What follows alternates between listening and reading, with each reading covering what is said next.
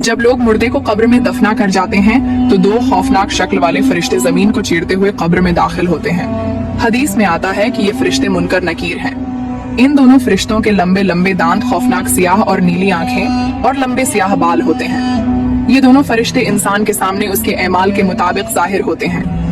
अगर मरने वाला शख्स नेक था तो ये दोनों फरिश्ते खूबसूरत और नूरानी शक्ल में जाहिर होते हैं, और अगर मरने वाला शख्स गुनाहगार है तो ये दोनों फरिश्ते इंतहाई खौफनाक शक्ल में जाहिर होते हैं, जिनका कोई तसव्वुर भी नहीं कर सकता। रसूल सल्लल्लाहु अलैहि वसल्लम ने इरशाद फरमाया, जब मैयत कब्र में दफन कर दी जाती है तो उसके पास नीली आंखों वाले दो फरिश्ते आते हैं। एक का नाम मुनकर और दूसरे का नाम नकीर होता है। ये दोनों फरिश्ते उस मरने वाले शख्स से सवाल करते हैं, तेरा रब कौन है? अगर तो मरने वाला शख्स नेक हो तो वो जवाब देता है कि मेरा रब अल्लाह ताला है। उसके बाद दूसरा सवाल किया जाता है कि तेरा दीन कौन सा है? अगर तो मरने वाला शख्स नेक हो तो वो जवाब देता है कि मेरा दीन इस्लाम है। इसके बाद सवाल किया जाता है कि तेरा नबी कौन था? अगर तो मरने वाला शख्स नेक हो तो वो जवाब देता है कि रसूल सल्लल्लाहु अलैहि वसल्लम मेरे नबी हैं।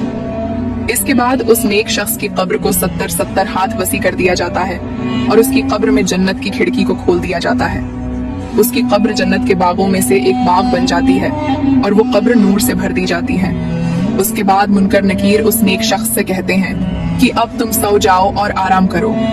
उस वक्त वो नेक शख्स मुनकर नकीर से कहता है कि मैं अपने घर वालों के पास जाना चाहता हूँ ताकि मैं उनको अपने अच्छे अंजाम का बता सकूं। तो उस वक्त मुनकर नकीर में से एक फरिश्ता उस शख्स से कहता है कि नहीं, अब तुम दुनिया में वापस नहीं जा सकते।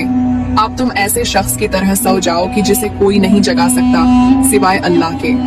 दोस्तों, अगर मरने वाला शख्स काफिर, मुशरिक या गुनाहगार हो तो मुनकर नकीर फरिश्ते उसके सामने उसके एमाल के मुताबिक जाहिर होते हैं, यानी खौफनाक शक्ल में आते हैं और उससे भी यही 3 सवाल करते हैं कि तेरा रब कौन है, तेरा दीन कौन सा है और तेरा नबी कौन है।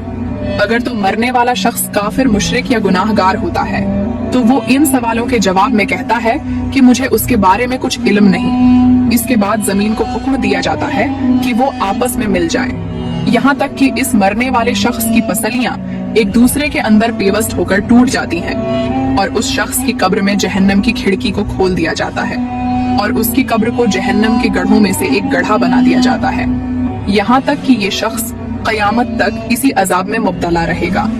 हदीस में आता है कि उन दोनों फरिश्तों के पास इतना बड़ा हथौड़ा होता है कि अगर रोए जमीन के तमाम इंसान और जन्नात मिलकर भी इस हथौड़े को उठाना चाहें तो उसको न उठा सकेंगे, और अगर ये हथौड़ा किसी गुनाहगार इंसान को मारा जाए तो उसका पूरा जिस्म और हड्डियां रेजा रेजा हो जाएं।